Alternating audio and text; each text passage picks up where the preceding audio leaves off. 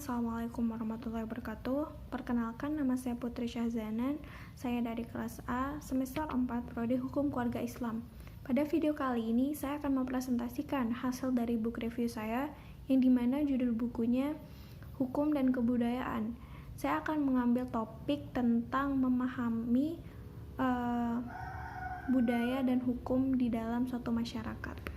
Di bagian ini kita bisa melihat cover dari bukunya beserta isi keterangan atau dari bukunya, yaitu nama pengarang, tahun terbit, tempat terbitnya, dan lain sebagainya.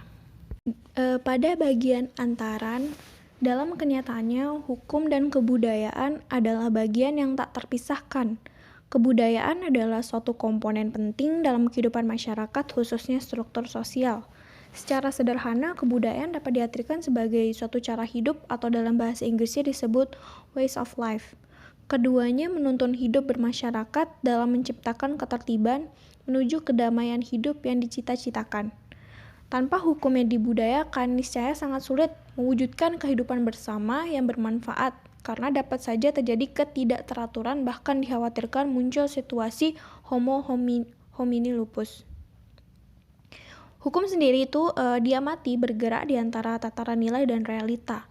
Hukum dijalankan berpedoman pada nilai yang merupakan bagian dari budaya itu sendiri, dan bagaimana bekerjanya hukum dapat dilihat pada hidup kemasyarakatan. Jadi, hukum dapat dilihat sebagai bagian dari suatu kesatuan sistem sosial budaya. Itu adalah antaran dari buku yang saya review.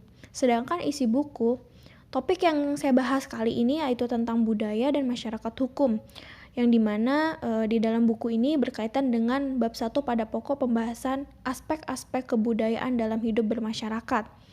Perlu saya jelaskan kembali bahwa di dalam buku ini terdapat 5 bab, tetapi yang berkaitan dengan topik saya adalah bab pertama, yang pokok pembahasannya itu aspek-aspek kebudayaan dalam hidup bermasyarakat. Sebab perlu kita ketahui bagaimana sudut pandang atau perspektif budaya dalam masyarakat yang dijadikan sebagai pedoman hukum. Kalau hanya seorang yang memikirkan atau melakukan hal tertentu, maka hal ini adalah kebiasaan pribadi, bukan suatu pola kebudayaan. Agar dapat secara tepat tercakup dalam kebudayaan, maka harus dimiliki oleh suatu bangsa atau oleh sekelompok orang. Yang membedakan manusia dengan makhluk-makhluk lain ialah bahwa manusia itu mempunyai kebudayaan. Mengapa? Karena sejak manusia itu dilahirkan di bumi, dia sudah dikelilingi dan diliputi oleh kepercayaan-kepercayaan dan nilai-nilai tertentu. Memang salah satu unsur kebudayaan adalah kepercayaan-kepercayaan, anggapan-anggapan, atau prinsip-prinsip tertentu. Di samping itu masih ada unsur lain, yaitu norma-norma. Anggapan-anggapan dan kepercayaan-kepercayaan meliputi keadaan-keadaan, tetapi norma-norma meliputi perbuatan.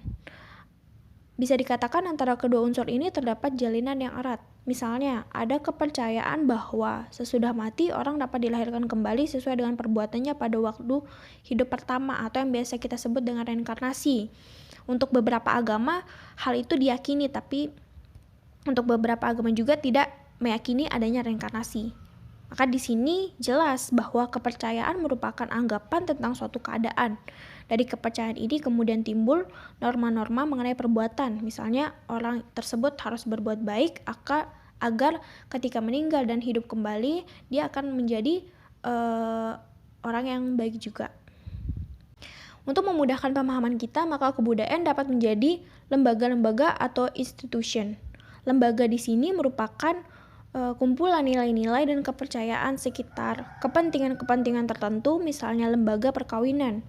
Di samping lembaga dalam arti institution atau institusi, ini ada juga lembaga dalam arti institut, atau kita artikan lembaga sebagai suatu organisasi.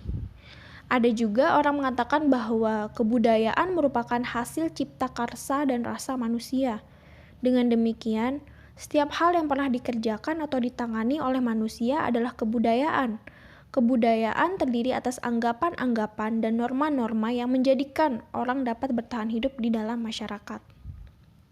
Dan akhiran dari isi buku yang saya review adalah dapat kita simpulkan bahwa kebudayaan sudah digunakan sebagai hukum yang berlaku di masyarakat sejak dahulu. Kebudayaan dapat dipahami sebagai salah satu kepercayaan-kepercayaan, anggapan-anggapan, atau prinsip-prinsip tertentu dan juga norma-norma dapat dikatakan sebagai salah satu kebudayaan yang dimana dijadikan sebagai pedoman hukum untuk bertahan di dalam suatu masyarakat. Oleh karena itu, masyarakat dan kebudayaan itu tidak dapat dipisahkan karena masyarakat merupakan wadah dari kebudayaan itu sendiri sehingga manusia melahirkan kebudayaan yang dianggap sebagai nilai-nilai yang hidup bagi masyarakat.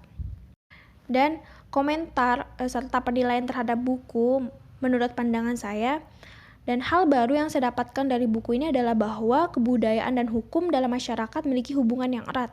Sebab suatu budaya yang berkembang di masyarakat dapat dijadikan sebagai suatu hukum atau aturan untuk mengatur masyarakat agar kehidupan lebih tertata dan berjalan sesuai dengan norma-norma sosial. Kebudayaan ternyata telah ada jauh sebelum suatu hukum perundang-undangan dibuat. Di dalam buku ini dijelaskan bahwa nilai dan norma dalam kebudayaan ditimbulkan di dalam kalangan keluarga sejak seorang bayi dilahirkan. Nilai-nilai yang ditemui itu ada dua. Yang pertama nilai dasar, yang hubungannya erat dengan bakat. Dan yang kedua adalah nilai sosial yang datangnya dari pergaulan dalam masyarakat. Dengan penanaman nilai dasar kepada anak, maka si anak disiapkan untuk menghadapi masyarakat. Dengan demikian, sebenarnya keluarga merupakan benteng pertahanan bagi pertumbuhan jiwa anak. Maka cinta kasih dari orang tua dan kewibawaan sangatlah penting. Menurut saya buku ini cukup menarik untuk dibaca baik dari kalangan masyarakat biasa maupun mahasiswa. Di dalam buku ini penjelasannya disertai dengan contoh-contoh yang sering terjadi di kehidupan sehari-hari dan tentunya mudah untuk dipahami dan dapat dijadikan sebagai pedoman atau buku ajar dalam perkuliahan. Mungkin sekiranya inilah presentasi saya tentang hasil dari book review yang telah saya baca. Kurang lebihnya saya mohon maaf. Wassalamualaikum warahmatullahi wabarakatuh.